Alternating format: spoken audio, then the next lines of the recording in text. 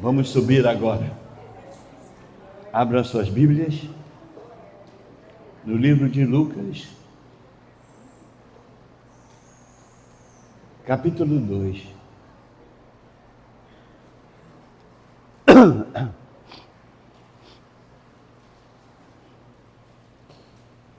Lucas, capítulo 2.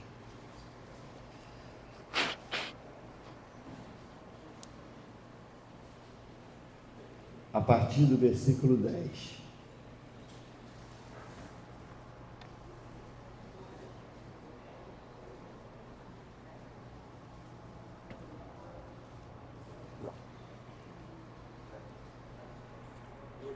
O anjo, porém, lhes disse: não tenham medo, estou aqui para lhes trazer boa nova de grande alegria, que será para todo o povo. É que hoje, na cidade de Davi, lhes nasceu o Salvador, que é Cristo, o Senhor. E isto servirá a vocês de sinal. Vocês encontrarão uma criança envolta em faixas e deitada em manjedoura.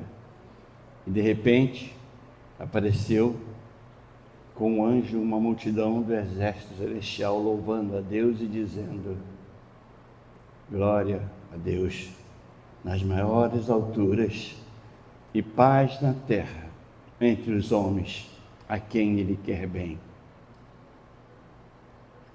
E quando os anjos se afastaram dele e voltaram para o céu, os pastores disseram uns aos outros: vamos até Belém e vejamos os acontecimentos que o Senhor nos deu a conhecer. E foram depressa, encontraram Maria e José e a criança deitada na manjedoura. E vendo isto, divulgaram o que lhes tinham dito a respeito do menino. E todos os que ouviram se admiraram das coisas relatadas pelos pastores. Maria, porém, guardava todas estas palavras, meditando-as no coração. E os pastores voltaram glorificando e louvando a Deus, porque tudo que tinham ouvido e visto, como lhes tinham sido anunciado, aconteceu. E ao se completarem 8 dias, quando o menino foi circuncidado, deram-lhe o nome de Jesus. Esse nome tinha sido dado pelo anjo antes de o menino ser concebido. Abaixa sua cabeça, Senhor Deus, meu Pai.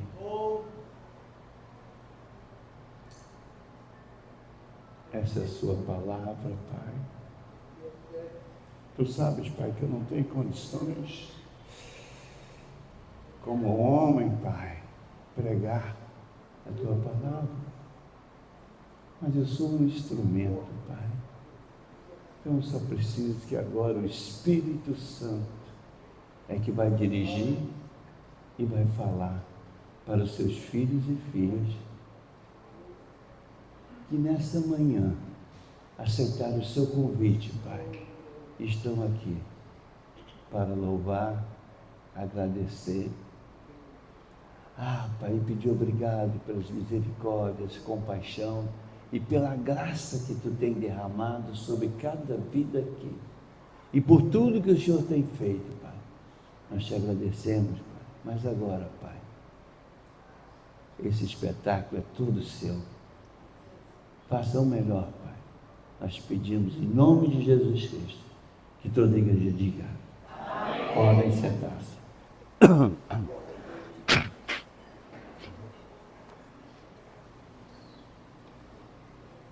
Mas quem é este? Essa era uma pergunta que todos faziam na época. Quem é ele, hein? Porque Jesus era tão estranho. Todo mundo perguntava: quem é esse? Os escribas, os fariseus, reunidos em Cafarnaum, comentavam: quem é esse que fala blasfêmias? Ele fala cada coisa. Ele disse que ele perdoa os pecados. Quem é ele para perdoar pecados? Pecados, o perdão só vem de Deus. Ou então aqueles que estavam na mesa com ele, na casa de Simeão, o fariseu, levantaram essa mesma dúvida: quem é este? Por que ele fala que ele pode perdoar? Ou então os próprios discípulos no mar da Galileia. Quem é este, hein? Que até os ventos e o mar lhe obedecem. Pedro, quem é ele? Ou então o supersticioso Herodes. Quem é esse homem, tal de Jesus, que eu tenho ouvido falar? Quem é ele? Ou então o povo, alvoroçado na cidade de Jerusalém, no domingo de Ramos, falando um para o outro: você já viu esse cara que prega, que ele diz que ele é o Filho do Deus Altíssimo? Verdadeiramente, quem é ele? Ninguém sabe exatamente, ninguém sabia quem era ele. Ninguém sabia as reais dimensões. Por que é que ele falava e agia de uma maneira tão incomum? O curioso é que o próprio Jesus também perguntava o que os outros pensavam ou diziam dele mesmo. E uma vez ele surpreendeu os discípulos dizendo isso: quem diz o povo ser o Filho do Homem? E quando eles tentavam reproduzir a opinião corrente, o Senhor volta-se para os discípulos e perguntando de maneira direta: mas tudo bem, agora eu quero saber, vocês, quem dizem entre vocês quem eu sou? Depois ele ainda teve a coragem de interpelar até os próprios fariseus. Ele pergunta para eles: o que é que vós pensais acerca de Cristo? Muitas respostas vinham do povo. Quem é este? Para a pergunta de Jesus. Quem eu sou? Querem saber. E alguns ainda falavam: eu acho que ele é o João Batista. Eu tenho uma impressão que ele é João Batista. Mas esse pensamento era absurdo, pois João Batista era contemporâneo de Jesus e foi quem o batizou. Mas Herodes pensava dessa maneira e declarava que Jesus era João Batista decapitado e ressuscitado dos mortos. Ele falava isso. E é por isso que opera nele forças milagrosas. Outros diziam que fazia uma ligação dele com o arrebatamento de Elias. Jesus é o Elias que apareceu, mas havia um grupo que preferia dizer o seguinte: ele é o Jeremias, ele é o profeta que ressuscitou. Respostas confusas, fantásticas. Mas havia também pensamentos ofensivos. Esse homem que faz essas curas aí, ele tem um demônio. Isso falavam os próprios judeus. Outros falavam: quem é ele? Ele fala de perdoar pecados quando ele mesmo é um grande pecador. Outros diziam o seguinte: olha, esse homem que está andando por aí, ele é um embusteiro. Não vai nessa não, ele é embusteiro, ele mente. Só porque Jesus andou sobre o mar, lá pelas 3 horas da manhã, em direção ao barco, os discípulos desesperados, vendo que o barco ia afundar, desconhecendo tudo, eles veem Jesus e gritam: é um fantasma. Maria Madalena,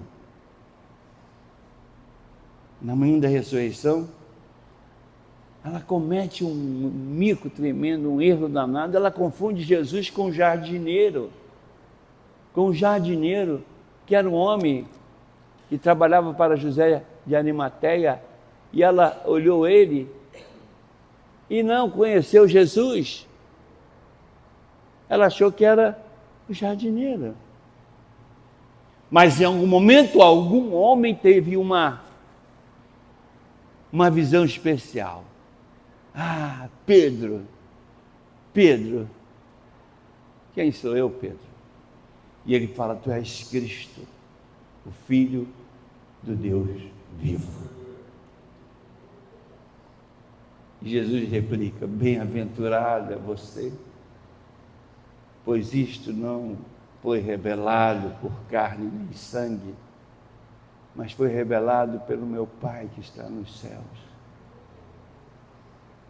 E poucos dias depois, Pedro veria a confirmação das suas palavras na cena da transfiguração, ao ouvir a voz que dizia a respeito de Jesus: este é o meu Filho amado, quem eu me agrado. Ouçam ele. Na verdade, o modo de agir de Jesus Cristo encontra a única explicação naquilo que ele realmente é.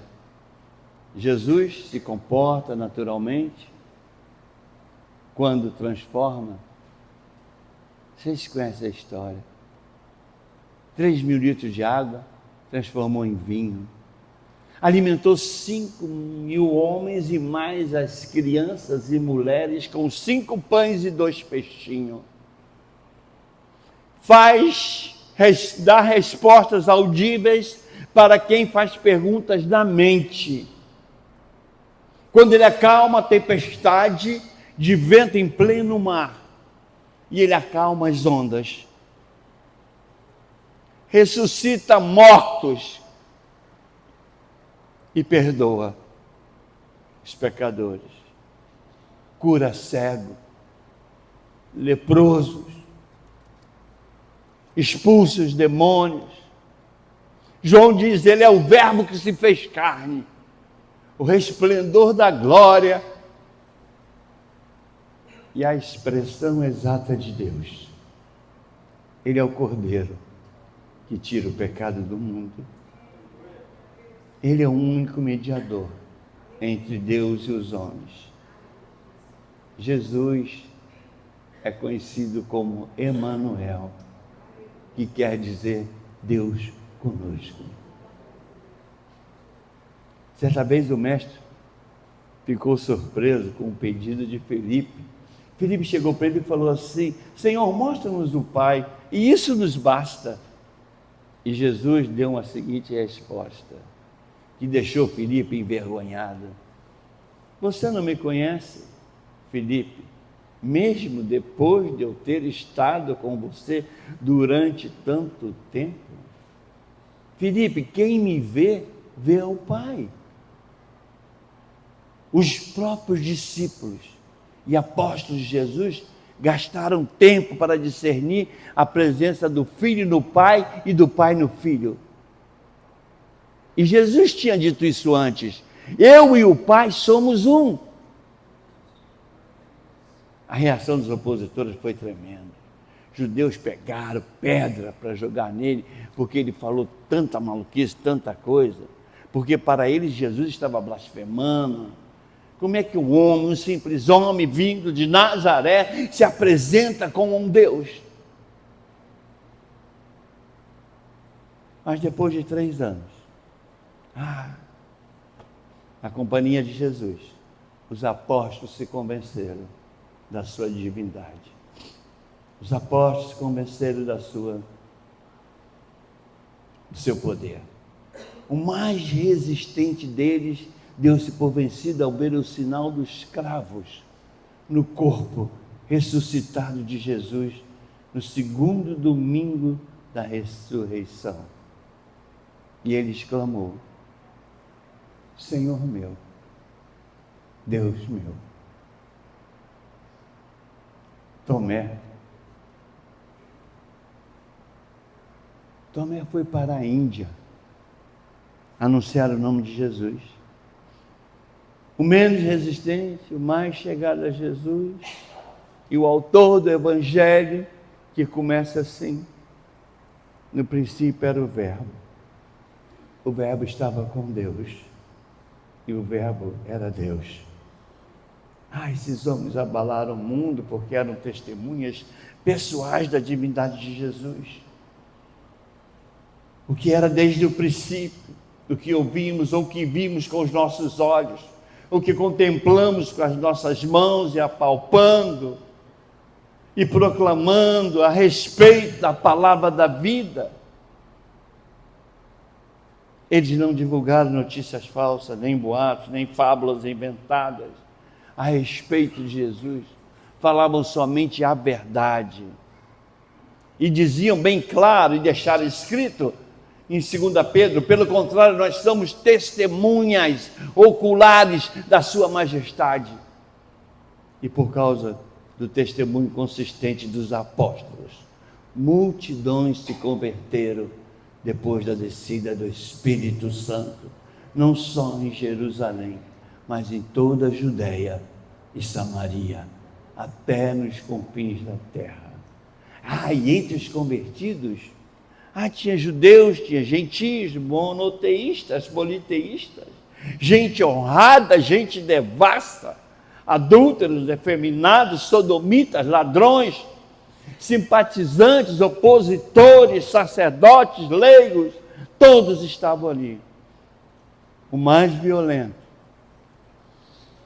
dos perseguidores da igreja primitiva, responsável por torturas, prisões e morte dos primeiros cristãos, veio a ser o maior teólogo e o maior missionário do cristianismo de todos os tempos.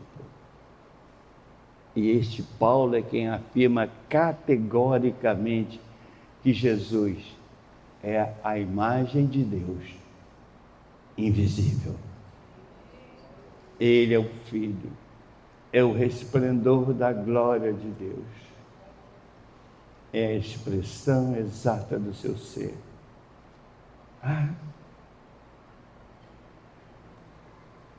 O nosso pai era um tremendo pregador, sem púlpito, pregava, ensinava.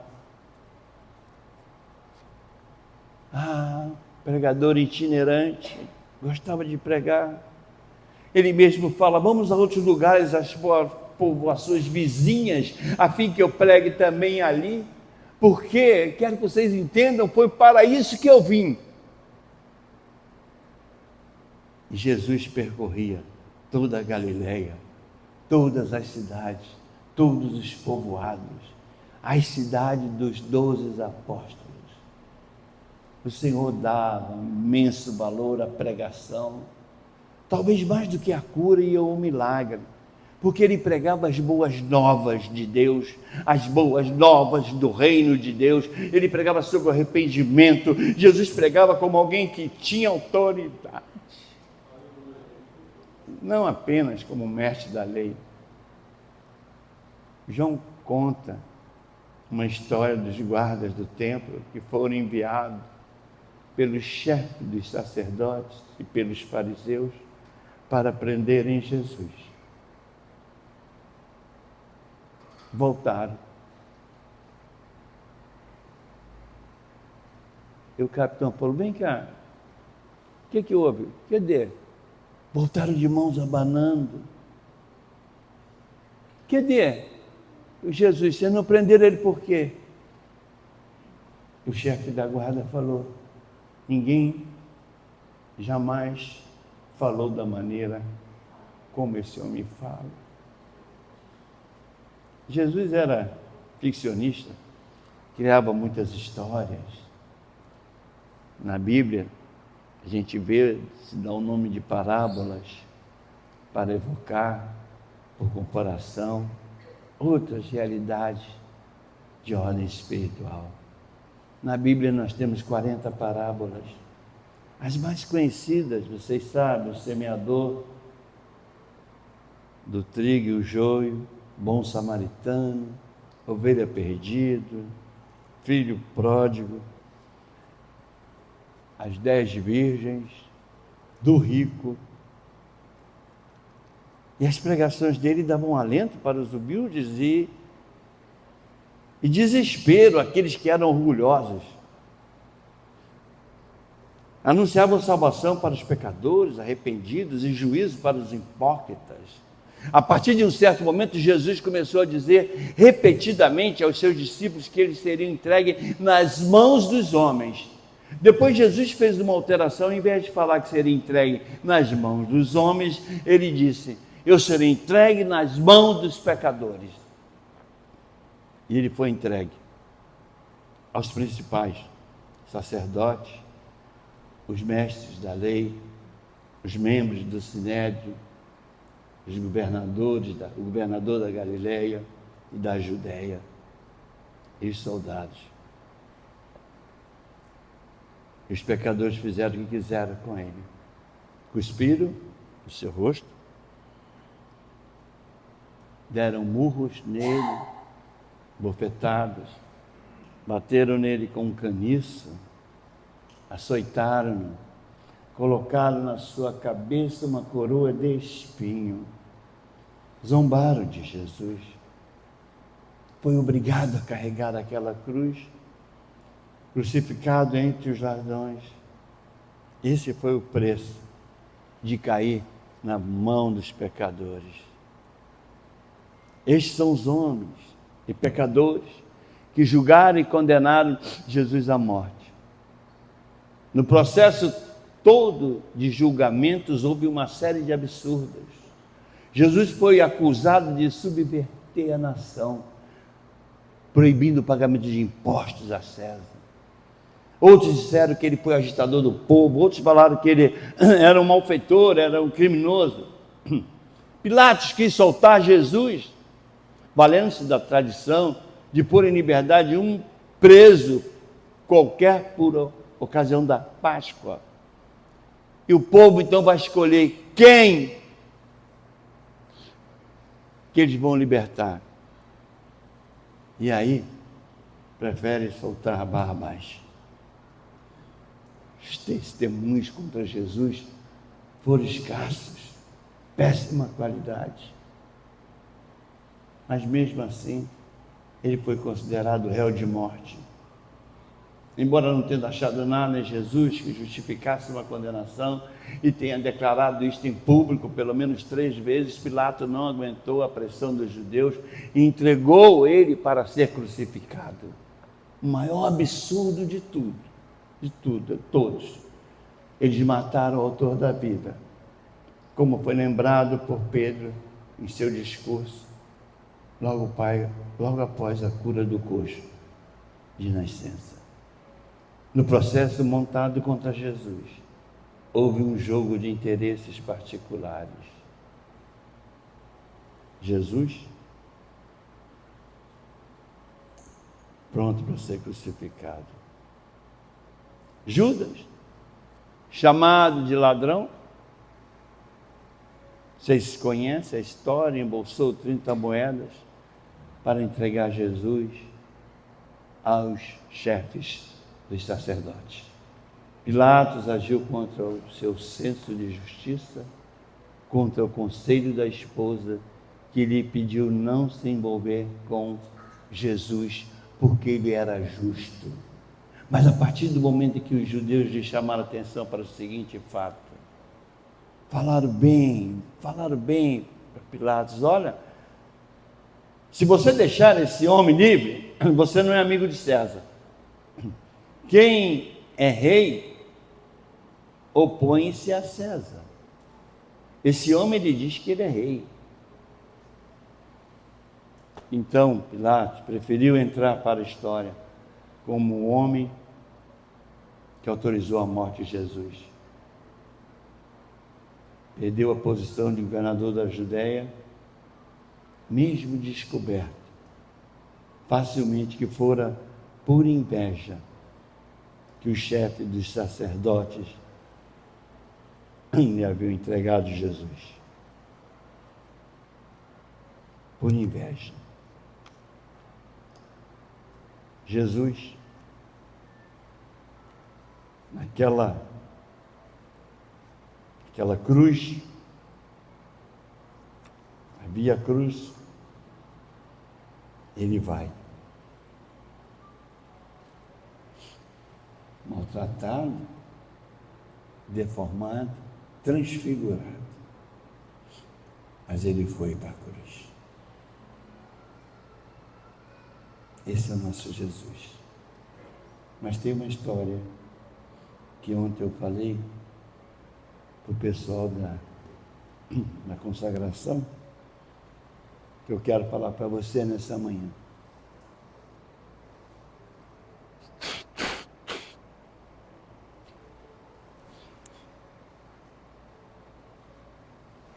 Um homem resolveu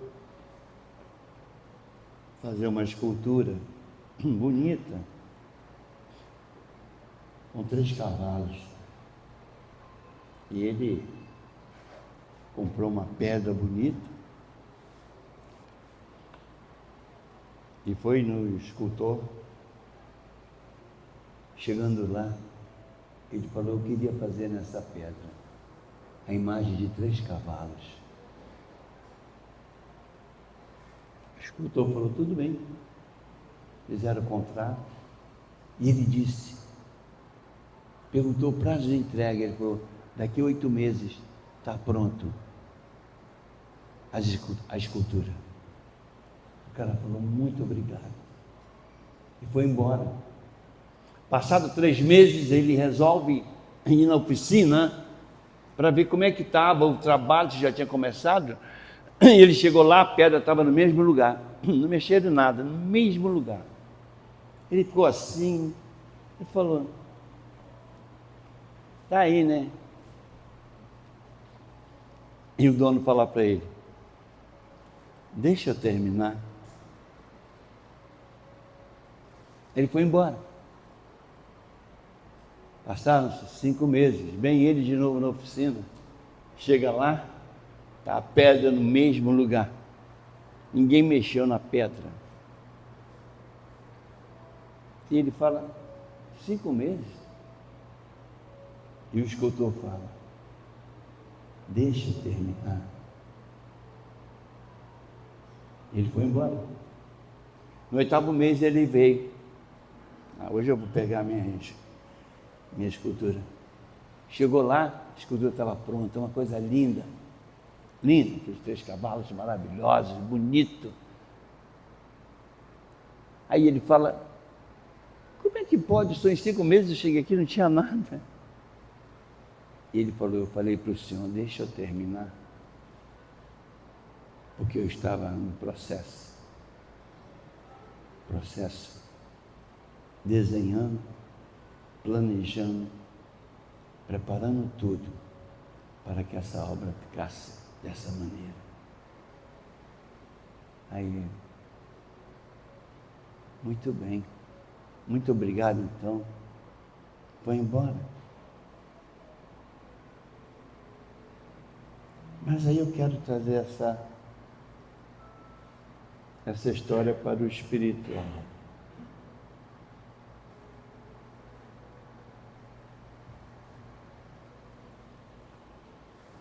Jesus manda o Gabriel na cidade de Nazaré escolher a mãe de Jesus, a Maria. E ele chega lá, o anjo fala: Maria, você vai dar à luz a um menino. Esse menino é o filho do Deus vivo. Ela aceita. Ela aceita imediatamente.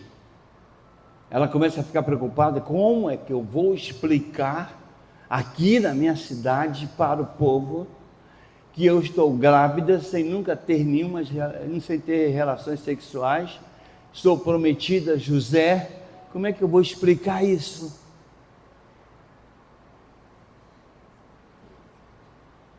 E o anjo sai e ela cai de joelho: Pai, como é que eu vou explicar isso?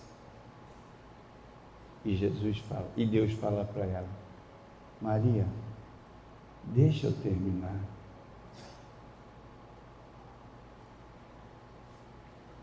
Ela então resolve ir para a casa de Isabel. Fica na casa de Isabel por 3 meses. E fica lá. Volta, já com a barriguinha aparecendo. Volta.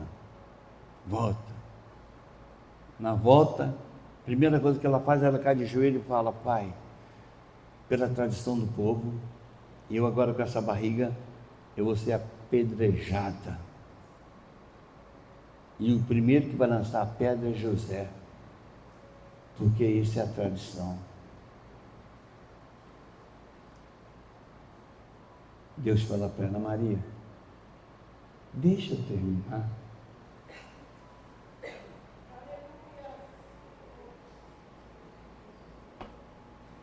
Ela então volta e fica pensando. E ela não sabia que que Deus já tinha falado com José: José, Maria vai ter um filho, é o filho do Espírito Santo de Deus. E José então, assume a Maria.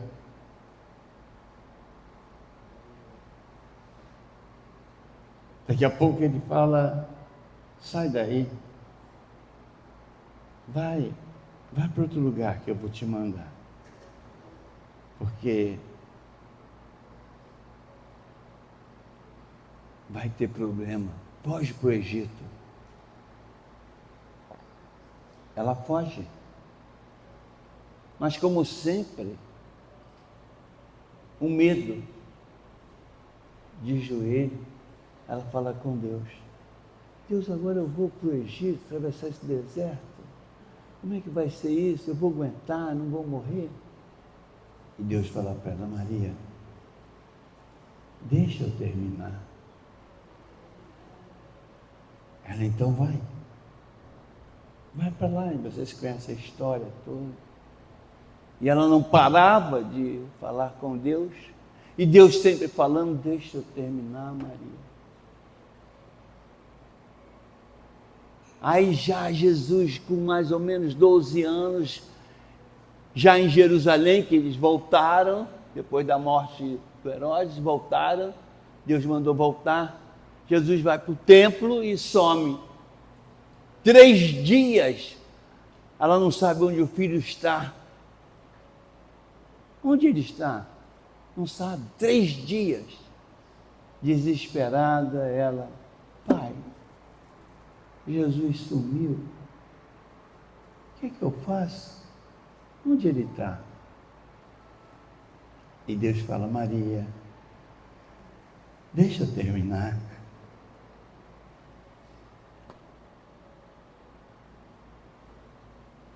Desesperada, triste, Jesus aparece. Aí passa um tempo em uma sinagoga. Ai, Jesus já está falando, já está pregando, e Jesus na sinagoga diz assim: o Espírito do Senhor está sobre mim, e Ele me ungiu para pregar boas novas. O povo queria matá-lo. Quem é esse que diz que o Espírito do Senhor está sobre ele? Aí começou aquela confusão, e Maria viu isso tudo. Maria vai para fora, cai de joelho e fala: Pai, eles vão matar Jesus. O que é que eu faço, Pai? Deus fala: Maria, deixa eu terminar. Aí ela sai, vai lá para fora, começa a acompanhar aquilo tudo. Foi quando apareceu aquela situação que eu contei para vocês: cuspiram, bateram, açoitaram, zombaram. Na Via Cruz, ele cai carregando aquela cruz, e ela, como mãe desesperada, vai, se ajoelha e fala para Deus: Pai,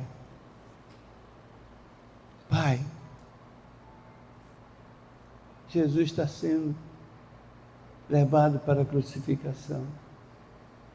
E Deus fala: Maria, deixa eu terminar.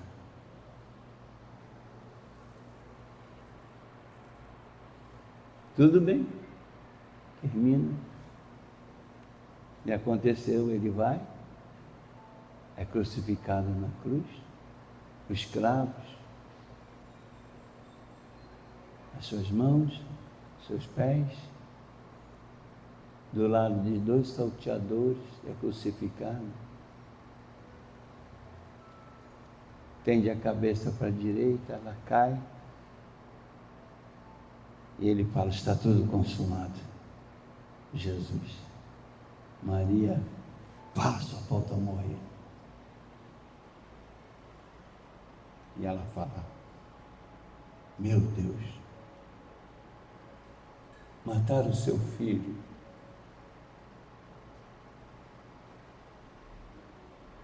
Aí Deus espera um pouquinho e responde: Maria, deixa eu terminar.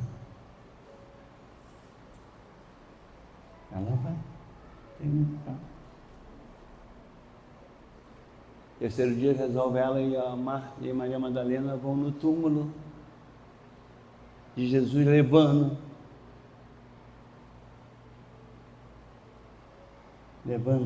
perfumes, essas coisas todas, bálsamos, para passar no corpo de Jesus. Quando chega lá, tem um anjo na pedra que fala: o que você veio fazer aqui, Maria Madalena? Ele não disse que iria ressuscitar? Aí elas ficam olhando. Ele não está mais aí, não. Aliás, vá para Galiléia e avisa a todo mundo que ele ressuscitou. E ela sai. Sai meio assim, não acreditando muito, não entendendo essa situação. E ela para, Madalena na frente, encontra o jardineiro, que é Jesus, mas ela não reconheceu de primeira, depois ela reconhece, e Jesus fala com ela: vai lá na Galiléia e avisa aos discípulos que eu vou ter um encontro com ele. E ela sai, e Maria cai de joelho e fala: Pai, meu Deus,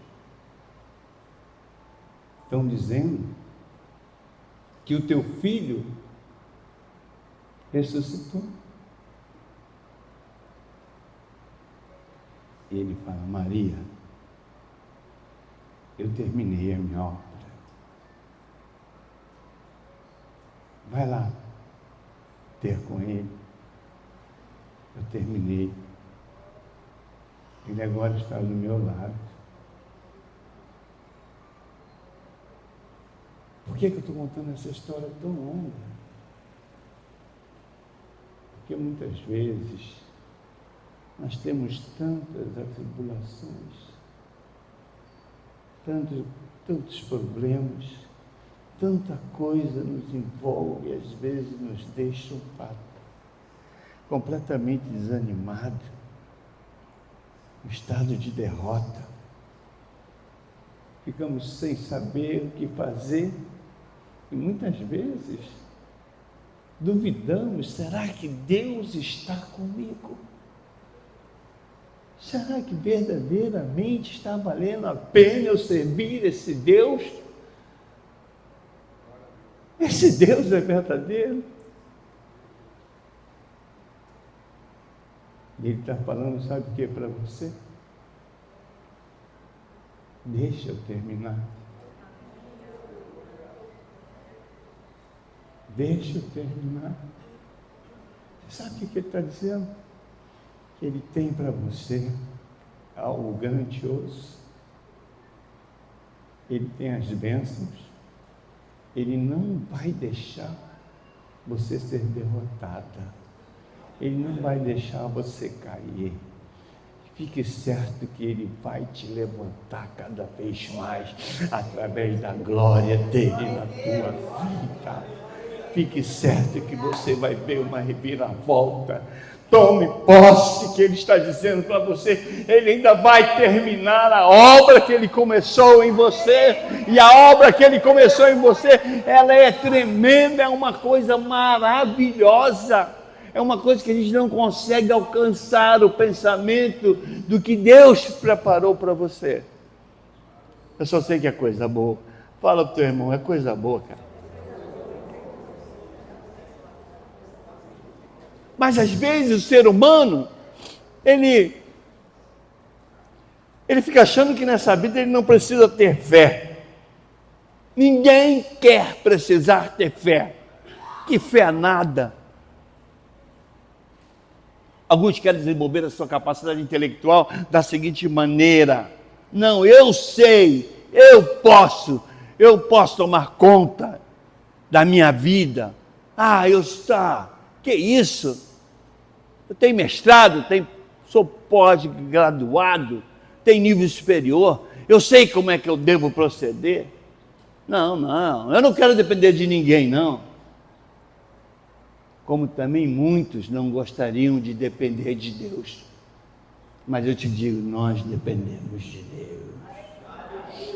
É por isso que Ele pede para nós submissão, obediência, Ele pede adoração, Ele pede cada vez mais amadurecimento, Ele pede o nosso amor por Ele, porque Ele te ama. Mas às vezes, muitas vezes, alguns estão se prevalecendo da sua segurança financeira, poupança, investimento, porque fica achando que não adianta, isso pode garantir a vida, não vai precisar de nada, não, eu não preciso lutar.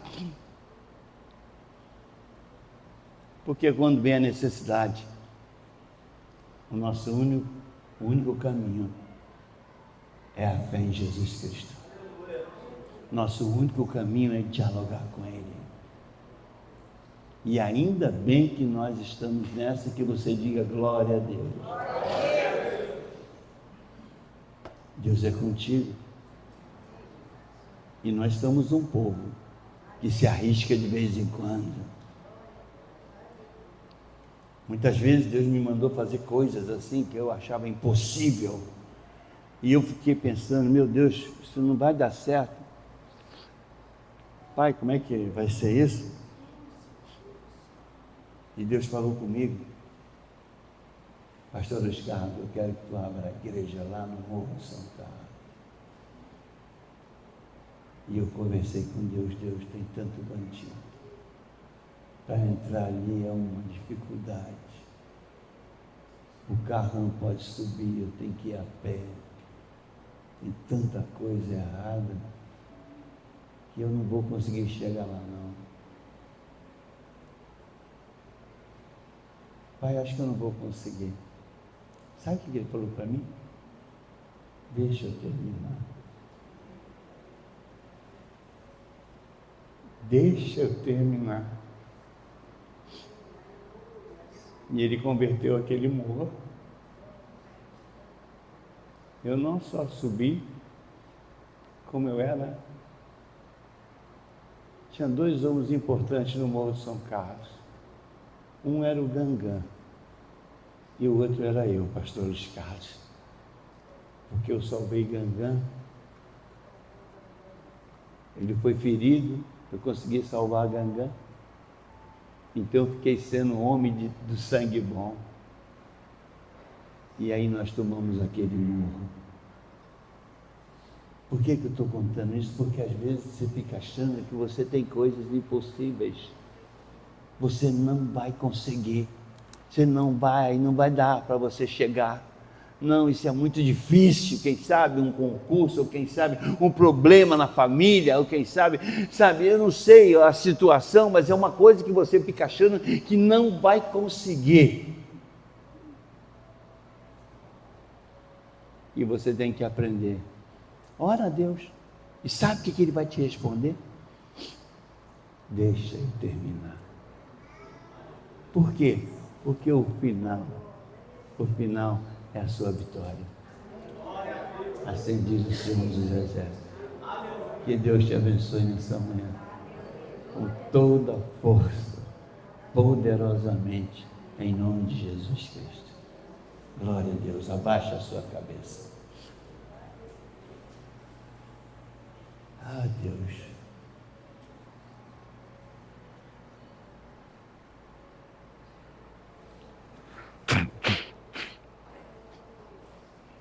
Pai, muito obrigado pelo convite, Pai.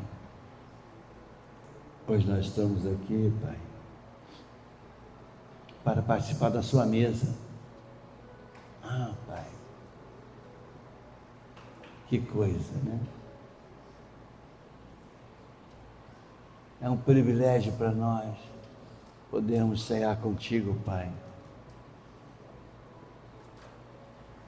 Pai, muito obrigado, porque eu sei que o Senhor sempre está esperando um agrado nosso. Pai, eu aprendi que é pela fé que se agrada ao Senhor. Eu sei que não se agrada ao Senhor por uma porção de coisas que fazemos, não. Eu sei que a fé é o mais puro sentimento que existe. Porque eu sei, Pai, antes de eu ter fé, eu tenho que anular a lógica, o raciocínio, o bom senso. Pai, queremos, Pai, cada vez mais ter mais fé. E através dessa fé, Pai, eu acredito, Deus vai me libertar. Eu acredito que Deus vai me curar. Eu começo a crer que na minha casa tudo vai melhorar. Tudo. Porque Tu és um Deus todo-poderoso. Pai, eu Te agradeço por tudo. E agora, Pai, nos limpa, nos purifique, para que possamos fazer parte da Sua ceia, Pai. Aqueles que Te já aceitaram como Seu Salvador, Pai, que possamos tomar do cálice e comer do pão, e tudo, Pai, que vai acontecer, será para a honra e glória do nome de Jesus Cristo, que toda igreja diga